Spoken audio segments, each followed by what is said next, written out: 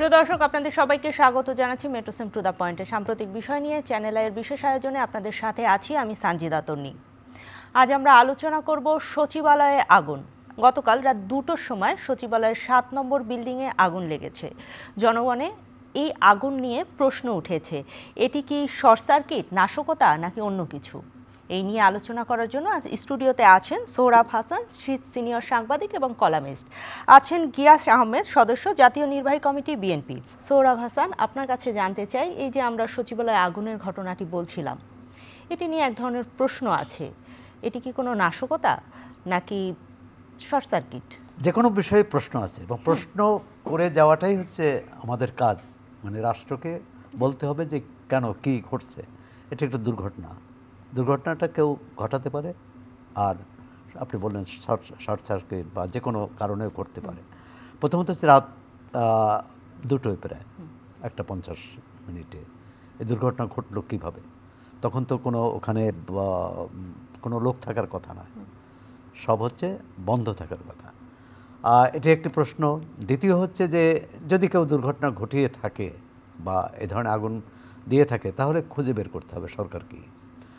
আমরা পরপর কয়েকটি ঘটনা কথা, যে রাতের কথা বলছি, সচিবালয়ে আগুন লেগেছে এবং 7ম ভবনে 3-4টি তলায় আগুন, এবং সেখানে স্থানীয় সরকার মন্ত্রণালয়, ক্রীড়া, যুব ক্রীড়া এবং অন্যান্য মন্ত্রণালয়, স্থানীয় সরকার উপদেষ্টা বলেছেন যে তিনি তার মন্ত্রণালয়ে অনেকগুলো দুর্নীতি এবং লুটপাটের কাগজপত্র, তথ্য প্রমাণ সেখানে ছিল। তাহলে কি সেই তথ্য প্রমাণ গায়েব করে দেওয়ার জন্য বা পুড়িয়ে ফেলার জন্য এটি করেছে কিনা? তথ্য মন্ত্রণালয়ের মতো গুরুত্বপূর্ণ মন্ত্রণালয়, ডাক ও তথ্য প্রযুক্তি মন্ত্রণালয় ছিল, মানে সব মন্ত্রণালয় গুরুত্বপূর্ণ। এখন বলছে যে আমাদের নিরাপত্তা ব্যবস্থা, এই সচিবালয়ের নিরাপত্তা, গেটের নিরাপত্তা, অগ্নি নির্বাপক ব্যবস্থা, সবখানেই কিন্তু একটা ভঙ্গুরতা আছে, দুর্বলতা আছে। প্রথমত হচ্ছে গাড়ি ঢুকতে পারেনি, মানে এই যে প্রায় 12 ঘন্টা লাগলো আগুন নেভাতে, এটা লাগার কথা না। কারণ সেখানে নিজস্ব অগ্নি নির্বাপক ব্যবস্থা থাকে, বাইরে থেকে অনেকগুলো ইউনিট এসেছে এবং একজন ফায়ারম্যান মারা গেছে দুর্ভাগ্যজনকভাবে। যেমন দেখুন, আমরা এদের আগুন লাগলে বা দুর্ঘটনা ঘটলে তাদের কথা স্মরণ করি, কিন্তু তারা যে কি ঝুঁকিতে কাজ করে। তিনি এই যে পানির পাইপ নিয়ে যাচ্ছিলেন, এর মধ্যে একটা ট্রাক ধাক্কা দিয়েছে। মানে যেখানে এরকম একটি উদ্ধার কাজ চলছে, আগুন নেভানোর কাজ চলছে, সেখানে ট্রাক চলবে কেন? সেটা কেন বন্ধ থাকবে না রাস্তায়? এটা হচ্ছে প্রথম। দ্বিতীয় হচ্ছে গেট এমনভাবে করা হয়েছে যেখানে ফায়ার ব্রিগেডের গাড়ি ঢুকতে পারে না। 5টা গেটের মধ্যে 2টাই ঢুকতে পারে এবং একটা ভেঙে ঢুকতে হয়েছে, গেট ভেঙে। সুতরাং এটিও দেখুন, আমাদের যে দুর্ঘটনা ঘটতে পারে, এটা নাশকতা না দুর্ঘটনা, আমরা যদি দুর্ঘটনা ধরেও নেই, তাহলে প্রথম কর্তব্য হচ্ছে যে যত দ্রুত সম্ভব সেখানে হস্তক্ষেপ করে সেখানে আগুন নেভানোর চেষ্টা, তাহলে ক্ষতিটা কম হবে। এই যে কাজের সমন্বয়হীনতা, একটু উদাসীনতা আমাদের মধ্যে, আমাদের সমস্ত সরকারি বেসরকারি নাগরিক বলবেন যে এক ধরনের যে আমি কিভাবে রক্ষা পাই, আরেকজন কিভাবে বিপদে পড়তে পারে, দুর্ঘটনার শিকার হতে পারে। আবার এই আগুনের কথা বলছি, তার একদিন আগে লামাতে, বান্দরবানের লামাতে, এবং সেটি দুর্ঘটনা বলা যাবে না, কারণ যে পল্লীতে আগুন লাগছে একটি খ্রিস্টান পল্লী, এবং সেই খ্রিস্টান পল্লীটা ইজারা নিয়েছিলেন সাবেক আইজিপি, আওয়ামী লীগ আমলের আইজিপি বেনজির আহমেদ। এবং স্বাভাবিকভাবে 5 আগস্ট ক্ষমতা পরিবর্তনের পর তার ইজারা বাতিল হয়ে গেছে, এবং ওইখানে খ্রিস্টান যাদের উচ্ছেদ করা হয়েছিল তারা ফিরে এসেছে। কিন্তু বড়দিনে তারা ওই এলাকায় গির্জা নাই, তারা গির্জায় চলে গেছেন ছেলে মেয়ে সবাই সহ। তখন কে না কারা আগুন দিয়েছে, দুর্বৃত্তরা। এখন একটা হচ্ছে যে দুর্বৃত্তরা আগুন দিয়েছে, এটা আমি নিশ্চিত হলাম। আর একটা হচ্ছে দুর্ঘটনা না, আগুন দিয়েছে। স্থানীয় সরকার উপদেষ্টা আসিফ মাহমুদ বলেছেন যে এটি মানে তিনি দুর্ঘটনার কথাই বলেছেন। আর একজন নৌবাহিনীর কর্মকর্তা যিনি অগ্নি নির্বাপকের সহায়তা করছিলেন, তিনিও বলছিলেন যে এটা কেউ ঘটিয়েছে। এখন কে ঘটিয়েছে? সরকার ইতিমধ্যে 7 সদস্যের কমিটি গঠন করেছে। আমরা আশা করব যে সত্য বেরিয়ে আসবে, এখানে লুকোচুরির কোনো বিষয় নেই, এবং ভবিষ্যতে যাতে দুর্ঘটনা না ঘটে, অগ্নিকাণ্ডের ঘটনা না ঘটে, সেই ব্যবস্থা নেওয়া হবে। সরকার সেটা তৎপর থাকবে। এটি প্রত্যাশিত। যে অনেক জায়গায় আইনশৃঙ্খলা পরিস্থিতির অবনতি হচ্ছে, অনেক জায়গায় দুর্বৃত্তায়ন হচ্ছে, এই বিষয়গুলো নিয়ে আমি ফিরবো আপনার কাছে। জনাব গিয়াস আহমেদ, আপনার কাছে জানতে চাই, এই যে আমরা যদি সচিবালয়ের ঘটনাটি ধরি, একই বিল্ডিংয়ের দুটি আলাদা আলাদা ফ্লোর থেকে আগুনের সূত্রপাত শুরু হলো, এটিকে কি আপনি কিভাবে মূল্যায়ন করবেন? এটি কি কোনো রাজনৈতিক ব্যাপার? এখানে কি সচিবালয়ে একদিন আগেই এর আগে সচিবরা হচ্ছে এক ধরনের সমাবেশ করেছে, সেরকম কিছু, নাকি ভিন্ন কিছু, নাকি দুর্ঘটনা? আমি মনে করি আপনি যেটা প্রথমে বলেছেন যে অনেকে আশঙ্কা করছে যে এটা একটি স্যাবোটাইজ, এবং যেখানে গুরুত্বপূর্ণ অনেক দুর্নীতির মানে যে নথিপত্র আছে সেগুলিকে ধ্বংস করবার জন্যে। কারণ আপনারা জানেন যে শেখ হাসিনা পালিয়ে গেল মন্ত্রিপরিষদ, কিন্তু আমরাও তো পালিয়ে যাইনি। আমরা আছে সেখানে যারা সহযোগিতা করেছে, মানে মন্ত্রীদেরকে সহযোগিতা কে করেছে? মন্ত্রী আমলাদের মাধ্যমে তো কাজটা হয়েছে। তো সেক্ষেত্রে তাদের সাথে টেলিফোনে যোগাযোগ হচ্ছে, যারা পালিয়ে গিয়ে কিন্তু টেলিফোন মানে তাদের সাথে কথা হচ্ছে, মানে শেখ হাসিনা পর্যন্ত কথা বলে। তো এই যোগাযোগটা কিন্তু তাদের সাথে আছে, নেটওয়ার্কটা আছে।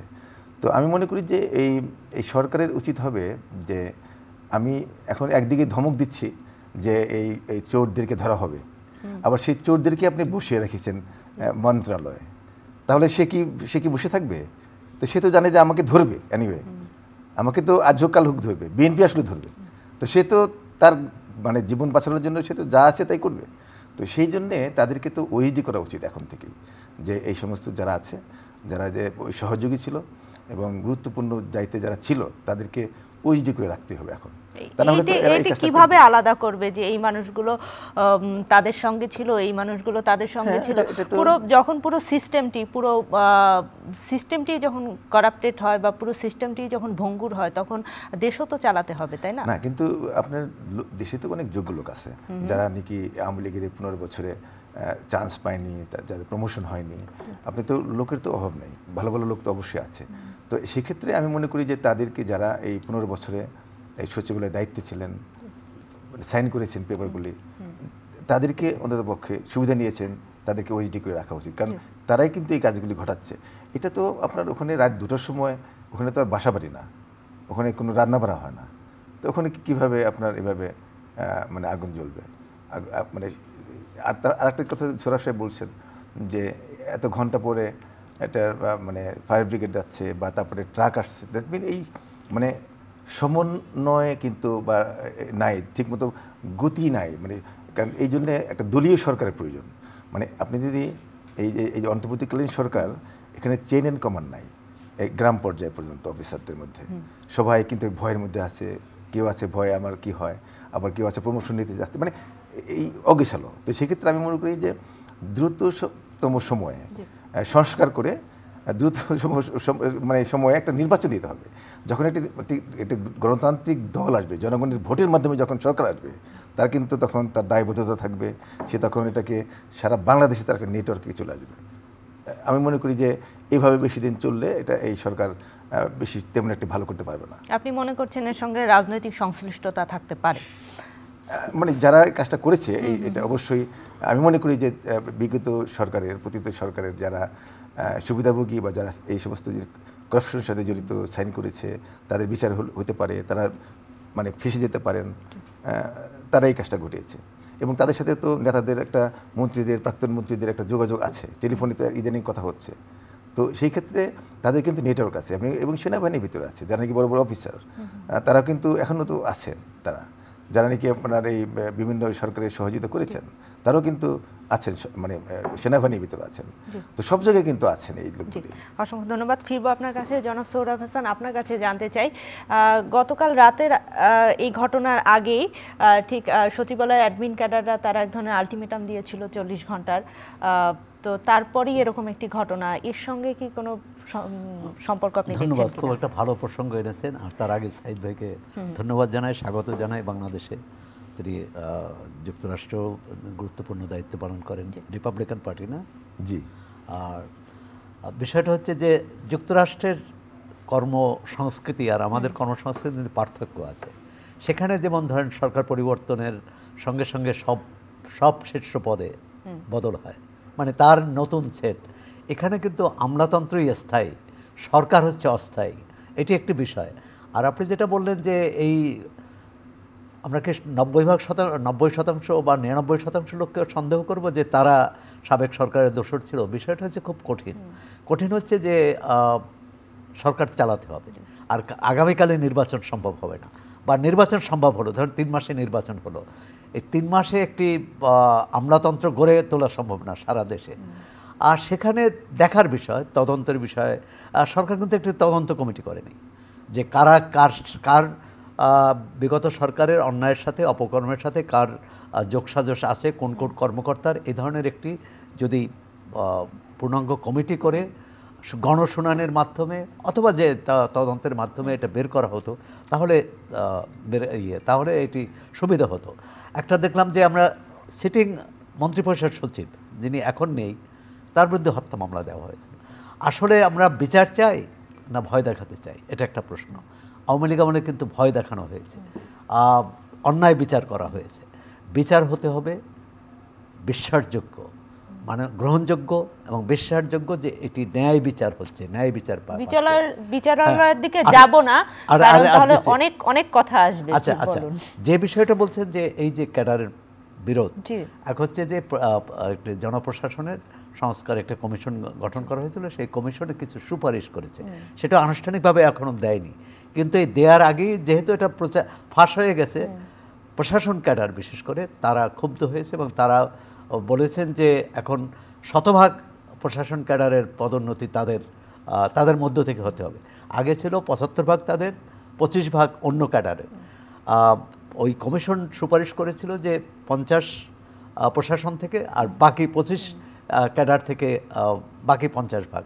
এটি তারা খুবই ক্ষুব্ধ, তারা প্রকাশ্যে চ্যালেঞ্জ করেছে, কমিশন চেয়ারম্যানের, কমিশন প্রধানের পদত্যাগ দাবি করেছেন, এবং তারা এরপর কি হবে জানি না, কারণ অন্যদিকে ওই 25 ক্যাডারও কিন্তু আন্দোলনে আছে, তারা কর্মবিরতি ঘোষণা করেছে।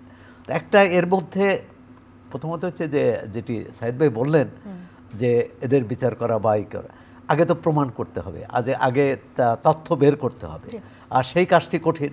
60 সদস্যের স্বরাষ্ট্র উপদেষ্টা বলেছিলেন যে 60 সদস্যের যে কমিটি করা হয়েছে, এই কমিটিই বের করবে যে এটি নাশকতা না এটি দুর্ঘটনা।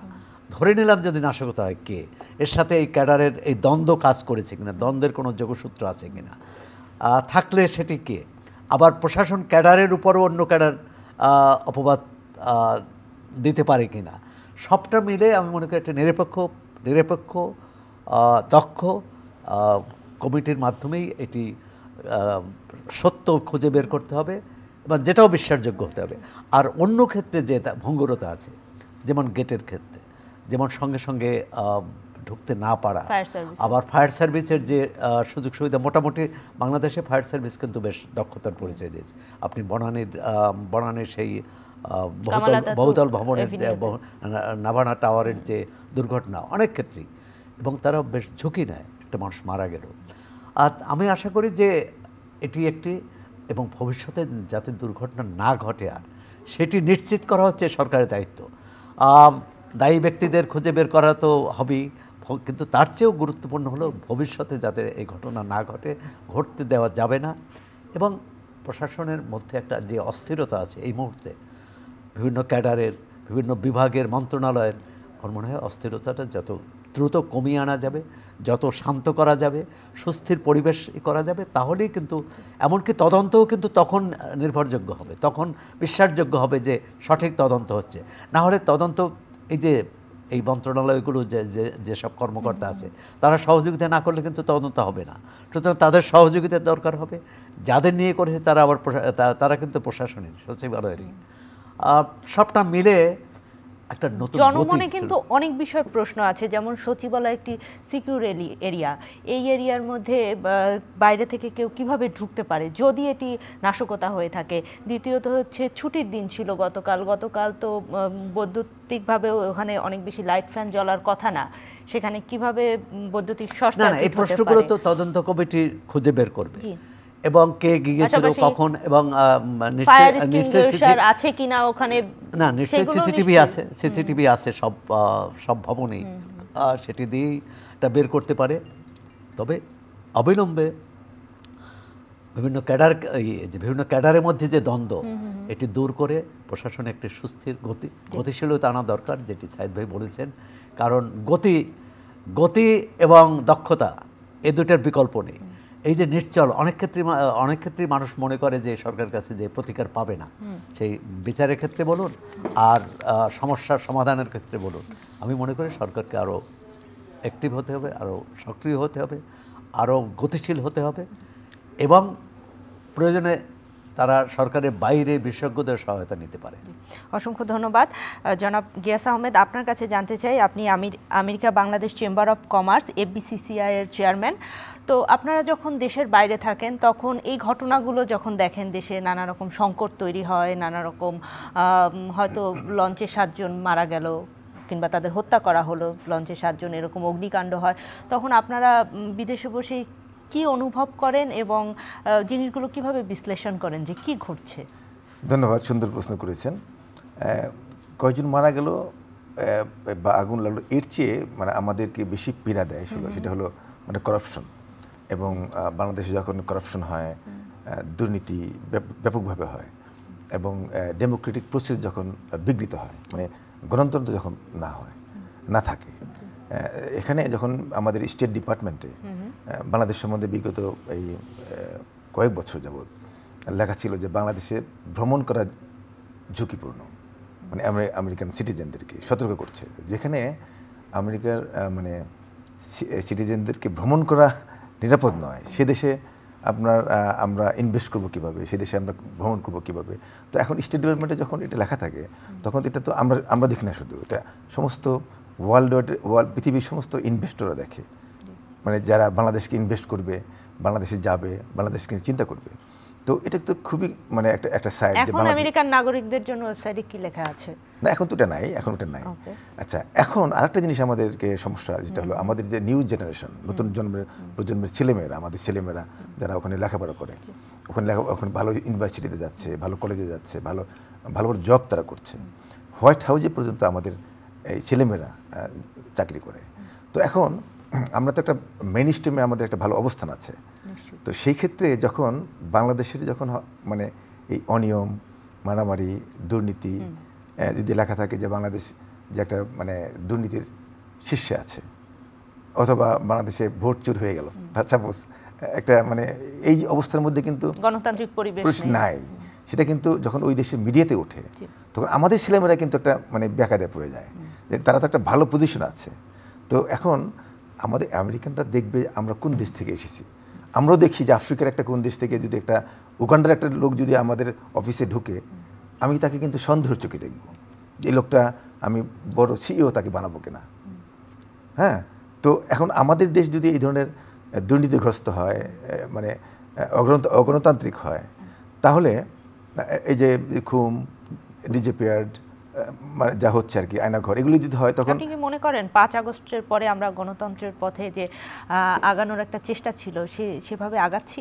না, আমাদের তো দাবি তো সেটাই। আমাদের তো আমি যেহেতু আমার পরিচয়টা আপনি দিয়েছেন, আমি বিএনপির সেন্ট্রাল কমিটির মেম্বার, আমাদের দলের চেয়ারপারসন তো বা বিএনপি থেকে তো একটা চাপ আছেই যে একটি মানে দ্রুততম সময়ে সংস্কার করে একটা নির্বাচন দেওয়ার জন্য। কারণ যেটা আপনারা বলছেন যে দলীয় সরকার যদি না থাকে, তখন চেইন অ্যান্ড কমান্ড থাকছে না। কিন্তু এখন তো মানে প্রশাসনের ভিতরে, পুলিশের ভিতরে কোনো রকম মানে দায় সাহেব ভাব, মানে সবাই কিন্তু সিরিয়াস নিচ্ছে না, সিরিয়াসলি। যেমন আপনার এখন রাস্তাটা তো বন্ধ করতে হবে, একটা মানুষ মারা গেল, আপনার যে ফায়ার ব্রিগেড, যখন আমরা আমেরিকাতে কি বলি, যখন একটা এই ধরনের ঘটনা ঘটে, রাস্তাঘাট চারদিকে সঙ্গে সঙ্গে আগে বন্ধ থাকবে, যেখানে কেউ না যেতে পারে।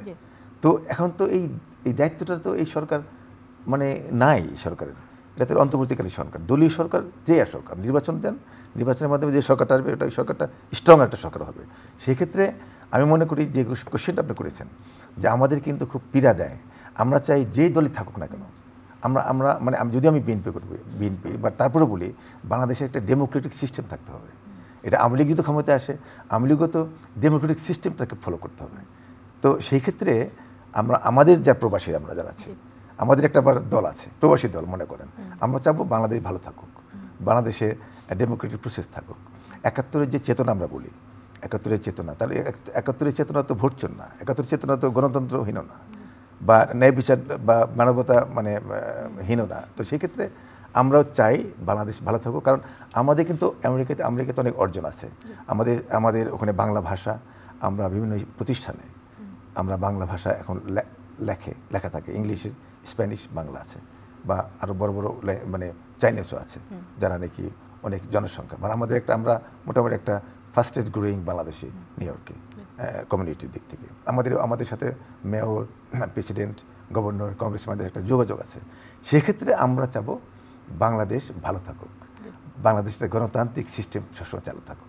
বাংলাদেশের বিপুল সংখ্যক জনগোষ্ঠী দেশের বাইরে থাকে, সেক্ষেত্রে এবার যখন নির্বাচন কমিশন তৈরি হলো নতুন করে এবং নির্বাচন সংস্কার হচ্ছে, সেখানে আমরা দেখেছি যে বিদেশিদেরকে হচ্ছে যে ভোট দেওয়ার জন্য একটি অনলাইন ব্যবস্থা করা হবে, এরকম একটি আমরা কথা শুনেছি, কিন্তু সেটির অগ্রগতি আমরা খুব বেশি জানি না। আপনারা কি মনে করেন এই যে বিপুল সংখ্যক জনগোষ্ঠী, এদেরকে বাদ দিয়ে তো নির্বাচন করা নিশ্চয়ই সম্ভব? প্রায় 2 কোটি প্রবাসী আমরা আছি, এটা মনে হয় প্রক্রিয়াটা অচিরে চালু হবে। তবে নির্বাচনের এই শুধু ভোটদানটাই কিন্তু প্রদানটাই আমাদের দাবি না, বা শুধুমাত্র, এবং এটা যে সংস্কারের কথা এই সরকার বলছে, তো এই 2 কোটি লোক মানে অনেক এক্সপার্ট লোক আছে, যেমন উন্নত দেশগুলিতে আপনার যারা লেখাপড়া করেছে, এদেশ থেকে অনেক ইউনিভার্সিটির অনেক প্রফেসর গিয়ে ডিগ্রি নিয়ে কিন্তু আর আসে না, তারা একটা পর্যায়ে থেকে যায়। তো এভাবে আমরা যারা মানে লেখাপড়া করেছি বা ব্যবসা বাণিজ্য করি বা বিভিন্ন প্রফেশনাল জব করি, অনেক ডাক্তার, ইঞ্জিনিয়ার আছে, তো এই সমস্ত এক্সপার্ট লোকদেরকে আপনি না ডেকে তাদেরকে আপনি এই সংস্কারে অংশগ্রহণ করবার আপনাকে আমন্ত্রণ দিতে হবে সরকারের, যে আমরা চাই তোমাদের এক্সপার্টগুলি এসে আমাদের সাথে সহযোগিতা করো। সেটা কিন্তু এই সরকার করছে না। মানে আপনি আমাদের চোখ দিয়ে আমরা যে অনিয়মটা দেখব, আপনারা এই দেশে যারা জন্মগ্রহণ করেছে, এই দেশে যারা বড় হয়েছে অনিয়মের মধ্যে, একটা দুর্নীতির মধ্যে বড় হয়েছে, তার চোখে ধরা পড়বে না যত আমি বলি সংস্কার মানে চাই। অতএব সে তো এই অনিয়মের মধ্যেই বড় হয়েছে, সে এই দুর্নীতির মধ্যেই বড় হয়েছে, স্বাভাবিক মনে হয়, সবকিছু স্বাভাবিক মনে হবে। আমরা এয়ারপোর্ট নামলেই আমরা বুঝতে পারি যে কোথায় অনিয়ম আছে। আমরা যখন গাড়িতে চড়ি আমরা তখন আমরা খুব বিপদের মধ্যে থাকি, মানে এই যে মানে অনিয়মগুলি আমাদের চোখে ধরা পড়ে, কিন্তু যে দিন ভরে মানে মুভ করছে সে তো বুঝবে না। অত সংস্কারের কথা বললেই সংস্কার হবে না যতক্ষণ পর্যন্ত আমাদেরকে, প্রবাসীদেরকে, এখানে এক্সপার্টদেরকে ইনভলভ না করা হবে। আরেকটা কথা বলতে চাই, যেমন আমেরিকাতে মনে করেন বিদেশ থেকে বিদেশিদেরকে ডেকে, এক্সপার্টদেরকে ডেকে তারা সিটিজেনশিপ দিচ্ছে, গ্রিন কার্ড দিচ্ছে। আমেরিকাটা সুপার পাওয়ার, এত উন্নত দেশ, এত একটা সেন্সিটিভ দেশ, সেখানে তারা বিদেশি নাগরিকদেরকে, মানে যারা এক্সপার্ট, আমি আমলোক বলছি না, এক্সপার্ট, আপনি সাংবাদিক, আপনি যদি অ্যাপ্লাই করেন যে আমি একদম ভালো সাংবাদিক, আপনি যদি ওখানে অ্যাপ্লাই করেন যে আপনি একটা ন্যাশনাল ফিগার, আপনাকে ওরা নিয়ে নেবে, গ্রিন কার্ড দিবে। তাহলে আর আমাদের দেশ থেকে যারা আমেরিকা গেল বা ইউরোপে যাচ্ছে, আমাদের দেশের মানুষ, তারা ওখানে গিয়ে ভালো ব্যবসা করছে বা ভালো ফিরছে না দেশে, না, তাদেরকে আহ্বানও জানানো হচ্ছে। যেমন ওই যে একটা বার আছে, আবার মনে করেন এই যে মানে সংবিধানে একটা বার আছে যে বিদেশে গিয়ে যদি কেউ আবার একটা সিটিজেনশিপ নিয়ে নেয়, তাহলে এই দেশে তারা নির্বাচনই করতে পারবে না। তো আমেরিকা থেকে ধরনের বা বিদেশে অনেক, আমাদের সংসদে, আমাদের কংগ্রেসে দেখা যায় 35 জন কংগ্রেসম্যান আছে, সিনেটর আছে যারা ডুয়েল সিটিজেন, বিদেশের তারা নাগরিক। তো আমাদের এই সংস্কারের কথা বললে আমাদেরকে ইনভলভ করা উচিত, কিন্তু অন্তর্বর্তীকালীন সরকারের সেই ধরনের কোনো আমি দেখছি না। জি, অনেক ধন্যবাদ। জনাব সোহরাব হাসান, আপনার কাছে জানতে চাই, এই যে বলছিল যে বিদেশে আমাদের এত বড় জনশক্তি, এর মধ্যে অনেক মেধাবী জনশক্তি আছে, তাদেরকে দেশে আহ্বান করা উচিত। দেশে আমরা আহ্বান করলাম, কিন্তু তারা কি দেশে আসতে স্বস্তি বোধ করবে? দেশের কি পরিস্থিতি, দেশের আইন শৃঙ্খলার কি পরিস্থিতি? ভাই যেটা বলছিলেন যে আহ্বান না, শুধু দেশে এমন একটা পরিবেশ তৈরি করতে হবে যাতে তারা এখানে স্বেচ্ছায় সাগ্রহে আসেন। আর সেই পরিবেশটা কি? নিরাপত্তা, সেই পরিবেশটা রাজনৈতিক স্থিতিশীলতা, গণতন্ত্র, ন্যায় বিচার, আইনের শাসন, জীবনমানের নিরাপত্তা, এটি থাকলে কিন্তু আহ্বান জানাতে হবে না। আমরা এখান থেকে যুক্তরাজ্যে যায় বা অস্ট্রেলিয়া যায়, সবাই নিজের দেশকে ভালোবাসে, তারা ভাবে যে এখানে এই নিরাপত্তা আছে, আমি এই শিক্ষাটা পাবো। সুতরাং আমাদের এটা উন্নত করতে হবে। সেক্ষেত্রে অবশ্যই আমরা প্রবাসী ভাইরা, বন্ধুরা সহায়তা করতে পারেন। ভাই যেহেতু যুক্তরাষ্ট্রে আছেন, তিনি আরও বেশি করতে পারেন, যে যুক্তরাষ্ট্র একটা বিশাল ধনী দেশ এবং সেখানকার অর্থনীতির যে সমৃদ্ধি সেটা আমাদের সহায়তা করতে পারে, সেখান থেকে আরও বিনিয়োগ আসুক। এই বাংলাদেশের ক্ষেত্রে প্রবাসীদেরও কিন্তু একটা দায়িত্ব আছে যে দেশের ভেতরে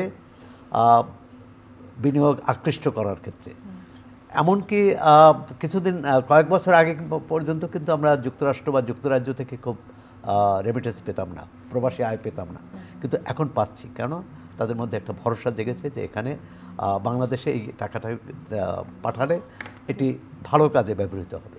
আমি মনে করি যে প্রবাসীদের সাথে আরও যোগাযোগ, শুধু নির্বাচন না, শুধু ভোট না, আর প্রবাসীরা সেখানে সেটি আইনি বিষয় যে তারা এখানে অনেকে হয়েছেও তার পরিচয় গোপন রেখে, বিদেশি তার নাগরিকত্ব গোপন রেখে। আমরা আশা করি যে গোপন রাখতে হবে না, এরকম একটা আইন করা যাতে তারা তাদের ভূমিকাটা রাখতে পারেন এখানে, এবং প্রবাসীরাও ভালো থাকুক এটা চাই।